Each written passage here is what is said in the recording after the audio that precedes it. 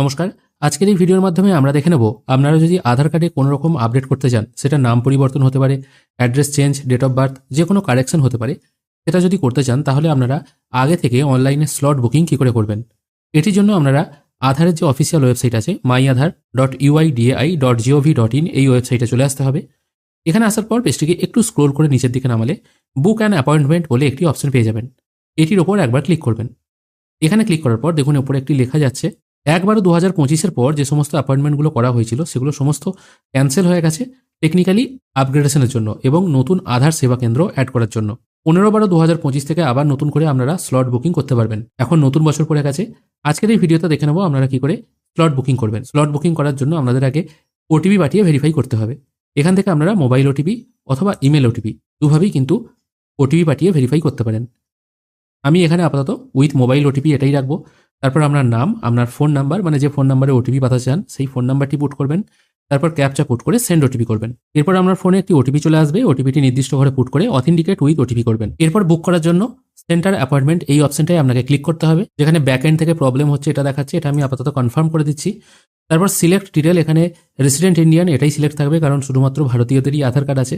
তারপর আপনাকে age group select করতে হবে, আপনার বয়স কত এই অনুযায়ী আপনাকে স্লট দেওয়া হবে। আমি এখান থেকে বয়সটা 5 থেকে 18 রাখছি, জাস্ট সেটা আপনাদের দেখানোর জন্য করছি। তারপর সিলেক্ট সার্ভিস টাইপ, এখান থেকে বিভিন্ন রকম সার্ভিস আছে, কোনটা আপনি সিলেক্ট করতে চান সেটা সিলেক্ট করবেন। 5 থেকে 18 করলে এগুলো দেখাচ্ছে, অ্যাবাভ 18 করলে এখানেও কিন্তু 3টে দেখাচ্ছে। আমি আপডেট অপশানে ক্লিক করছি। তারপর প্রসিড ফর সেন্টার সিলেকশন এটির ওপর একবার ক্লিক করব। এরপর এখান থেকে পিনকোড ওয়াইজ এবং আপনার কিলোমিটার ওয়াইজ আপনি কিন্তু সেন্টার খুঁজে পাবেন। আমি এখানে পিনকোড একটি পুট করে সার্চ করছি। আমি একটি এখানে পিনকোড পুট করে দিয়ে সার্চ বাই পিনকোড করছি। সার্চ বাই পিনকোড করার সঙ্গে সঙ্গে এখানে কিন্তু এই পিনকোডে কোন আধার সেন্টার আছে সেটা শো হচ্ছে। তার সাথে ওখানে পার্কিং অ্যাভেলেবেল নেই এটাও দেখাচ্ছে এবং কত তারিখ থেকে আর্লি স্লট আছে সেটাও কিন্তু দেখাচ্ছে। জানুয়ারির 11, জানুয়ারির 14, জানুয়ারির 15 এই ডেটগুলো তো খালি আছে। বুক করার জন্য এই বুক অপশানে ক্লিক করবেন এবং কোন ডেটে কতগুলো স্লট অ্যাভেলেবেল আছে সেটা কিন্তু দেখাচ্ছে। যেমন দেখুন আমি 16 তারিখ সিলেক্ট করছি। এখানে টোটাল 20টা স্লট আছে এবং অ্যাভেলেবেল আছে 15টা। তার আগে 11 তারিখ আছে, তার আগে এখানে দেখুন টোটাল 20টা স্লট আছে, তার মধ্যে অ্যাভেলেবেল আছে 2টো। যদি আপনার আর্জেন্ট দরকার হয়ে থাকে প্রথমের দিকেই সিলেক্ট করবেন, তারপর সিলেক্ট স্লট করবেন। এবার কোন টাইমে খালি আছে সেটাও দেখুন এখানে দেখাচ্ছে, বিকেল 5টা থেকে 5:30 এবং 5:30 থেকে 6টা। যে টাইম পিরিয়ডটা আপনার দরকার বা যেটা আপনার সুবিধা হয় সেটা সিলেক্ট করে তারপর সিলেক্টেড জানুয়ারি 11 at 17:30 এটির ওপর একবার ক্লিক করবেন। তারপর এখানে কিছু ডিক্লারেশন দেওয়া হচ্ছে, এগুলো সম্ভব হলে একবার পড়ে নেবেন। ম্যাক্সিমামই কেউ পড়ে না, সোজাসুজি কনফার্ম অ্যান্ড প্রসিড করে। যদি পড়তে ইচ্ছা হয় পড়ে নিতে পারেন। তারপর আমি কনফার্ম করছি। এরপর এখানে কিছু ডিটেল ফিল করতে হবে। প্রথমে আপনার কি নাম আছে, মানে আধারে কি নাম আছে সেইটা এখানে পুট করবেন। তারপর ফোন নাম্বারটা পুট করবেন। তারপর আধার নাম্বার পুট করে নেক্সট করবেন।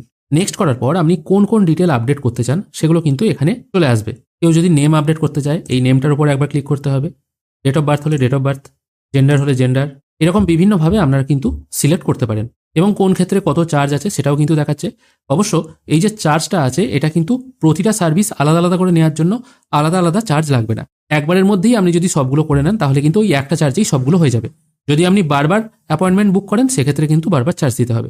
যেমন এখানে ফোন নাম্বার আপডেট হচ্ছে 75 টাকা, বায়োমেট্রিক আপডেট হলে 125 টাকা। যদি আপনি বায়োমেট্রিকের সঙ্গেই ফোন নাম্বার করে নেন তাহলে কিন্তু 125 + 75 এটা লাগবে না, একটাই লাগবে। আবার যদি শুধুমাত্র মোবাইল নাম্বার আপডেটের সঙ্গে বায়োমেট্রিক আপডেট করেন সেটাও যেমন একই চার্জ, তার সঙ্গে যদি নেম আপডেট করেন সেটাও ওই একই চার্জ। সব কিছুই কিন্তু এই একই চার্জের মধ্যে হয়ে যাবে। অবশ্য নতুন যে ডিটেলগুলো আপনি আনতে চান সেই ডিটেলগুলো এখানেই আপনাকে ফিল করতে হবে। দেখা গেল আপনি আপনার নাম, ডেট অফ বার্থ এবং ফোন নাম্বার চেঞ্জ করবেন। তারপর যখন আপনি পেজটিকে আরেকটু নিচের দিকে আনবেন নতুন যে নামটা হবে সেই নামটা পুট করতে হবে। তার সাথে প্রুফ অফ আইডেন্টিটি মানে কি সাপোর্টিং ডকুমেন্টস দিচ্ছেন সেই সাপোর্টিং ডকুমেন্টসটা এখান থেকে সিলেক্ট করতে হবে। ডেট অফ বার্থ যদি কারেকশন করতে চান তার সাপোর্টিং ডকুমেন্টস হিসেবে আপনি কি দিচ্ছেন সেটা এখান থেকে সিলেক্ট করবেন। আর যদি কেউ ফোন নাম্বার আপডেট করতে চান নতুন ফোন নাম্বারটা এখানে পুট করতে হবে। যেটা পুরনো আছে সেটা উপরে দিয়ে দিলেন আর নতুন নাম্বারটা এখানে দিতে পারেন। অবশ্যই এখান থেকে আপনারা একটা জিনিস ভালোভাবে বুঝতে পারবেন কোনটা সাপোর্টিং ডকুমেন্টস হিসেবে দিলে ভালো হয়। সব কিছু ওখানে ফিল আপ করে নেক্সট অপশানে ক্লিক করবেন। তারপর আপনি যেগুলো সিলেক্ট করেছেন এগুলো এখানে ভালোভাবে শো হবে। কোথায় অ্যাপয়েন্টমেন্ট বুক করছেন সেটাও শো হবে, কত টাকা পেমেন্ট করতে হচ্ছে, কটার সময় আপনাকে যেতে হবে সব কিছু শো হবে। তারপর নেক্সট অপশানে আবার ক্লিক করবেন। এরপর এখানে দেখানো হচ্ছে আপনাকে 125 টাকা পেমেন্ট করতে হবে সেন্টারে গিয়েই। আমি আপাতত এই অপশানটায় ক্লিক করে কনফার্ম করব। তারপর আবার কনফার্ম করতে হবে। এখানে দেখুন আপনার নামে একটি অ্যাপয়েন্টমেন্ট স্লিপ জেনারেট হয়ে চলে এলো। এবার এখানে আপনি ক্যান্সেলও করতে পারেন, রিশিডিউলও করতে পারেন। এই ক্যান্সেলের পাশে দেখুন একটি তীর চিহ্ন আছে, এখানে যখনই আপনি ক্লিক করবেন এখান থেকে আপনারা ডাউনলোড অ্যাকনলেজমেন্ট লেটার এরকম একটি অপশন পেয়ে যাবেন। যখনই এটির ওপর ক্লিক করবেন, এটা নিয়েই ওই নির্দিষ্ট টাইমে আপনাকে কিন্তু ওই সঠিক আধার সেন্টারে উপস্থিত হতে হবে। তারপরেই কিন্তু আপনি কাজ করতে পারবেন। আর তার সাথে আপনি কি কি ক্যারি করবেন সেটাও কিন্তু এখানে ইনস্ট্রাকশন আকারে লেখা আছে। আশা করি আপনাদেরকে বোঝাতে পারলাম কিভাবে আপনারা আধার কার্ড আপডেট করার জন্য নতুন সিস্টেমে স্লট বুকিং করবেন। ভিডিও যদি ভালো লেগে থাকে অবশ্যই একটি লাইক করবেন। ভিডিও দেখার জন্য অসংখ্য ধন্যবাদ। ভালো থাকবেন।